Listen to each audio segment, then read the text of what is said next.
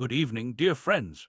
This is Santa Claus greeting you on this 5th day of February, 2026, bringing you today's stories from around our beautiful world with a heart full of hope and warmth.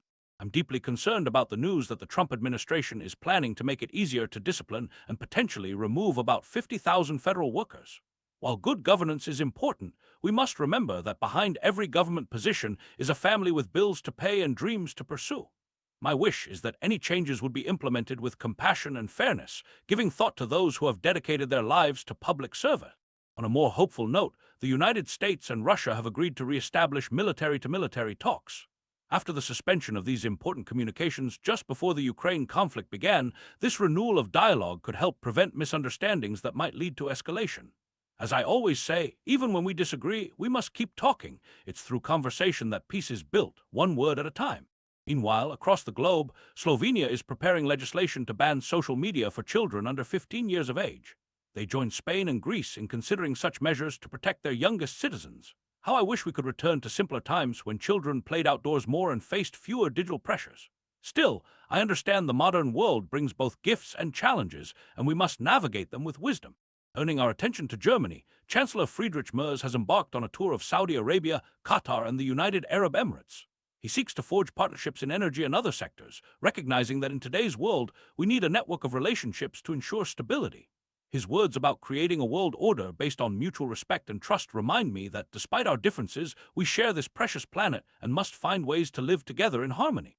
Let us pause for a moment and reflect on the sobering news from Libya, where prosecutors have launched a formal investigation into the killing of Saif al-Islam Gaddafi.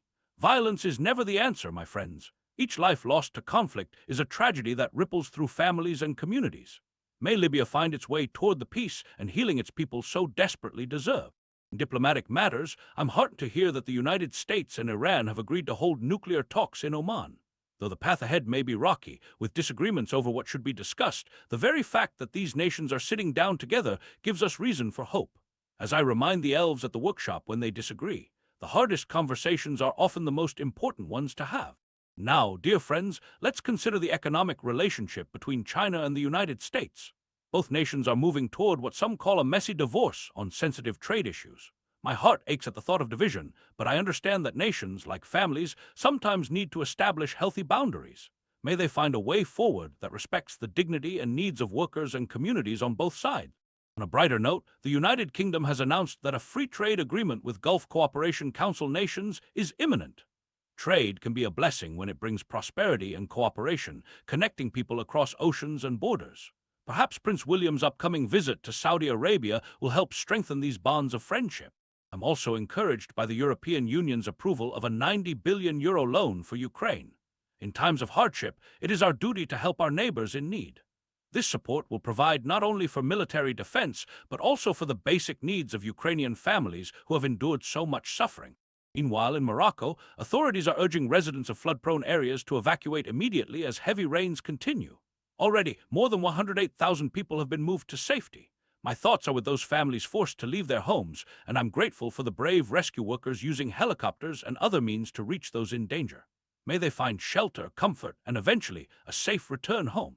Finally, a most unusual story that brought a smile to my face despite its serious context. Queen Maxima of the Netherlands has joined her country's army as a reservist. At 54 years of age, she will train and eventually serve as a lieutenant colonel.